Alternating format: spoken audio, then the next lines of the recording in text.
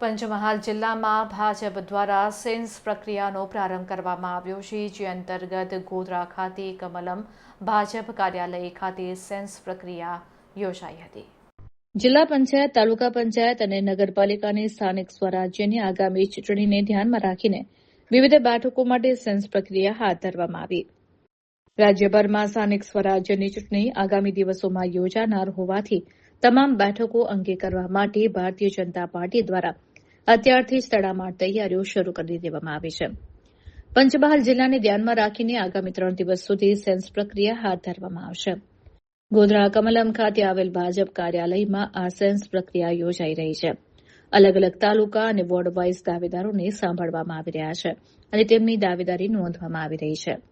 Bharatiya Janata party એક શિસ્તબદ્ધ party તરીકે ઓળખાય છે, ત્યારે સેન્સ પ્રક્રિયા દરમિયાન અત્યાર સુધી કોઈપણ પ્રકારની તકરાર કે વિવાદ જોવા મળ્યો નથી.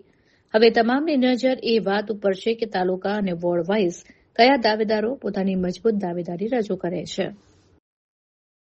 ચૂંટણીની સેન્સ પ્રક્રિયા અમારી ભારતીય જનતા પાર્ટીની પ્રદેશની સૂચના અનુસાર અને અમારા પ્રદેશ અધ્યક્ષ જગદીશભાઈ વિશ્વકર્માજી નેતૃત્વ જ્યારે પંચમહાલ જિલ્લા કાર્યાલય ખાતે પ્રદેશમાંથી નિરીક્ષકશ્રીઓની બે ટીમો આવેલી છે. એમાં 2 ભાઈ છે, 1 બહેન છે, એ રીતે 2 ટીમ છે.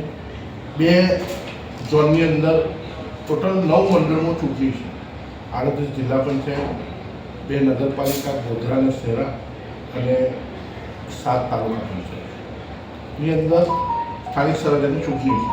એના માટે ઈચ્છુક ઉમેદવારો, ભારતીય જનતા પાર્ટીના જે ઈચ્છુક ઉમેદવારો છે એ લોકો આ સેન્સ પ્રક્રિયાની અંદર જોડાશે અને પોતાનું ઉમેદવારી માટે ઈચ્છા વ્યક્ત કરશે પ્રદેશના આગેવાનો સાથે, અને ઈચ્છા વ્યક્ત કરીને અહીંથી એમનું માર્ગદર્શન લઈને જશે.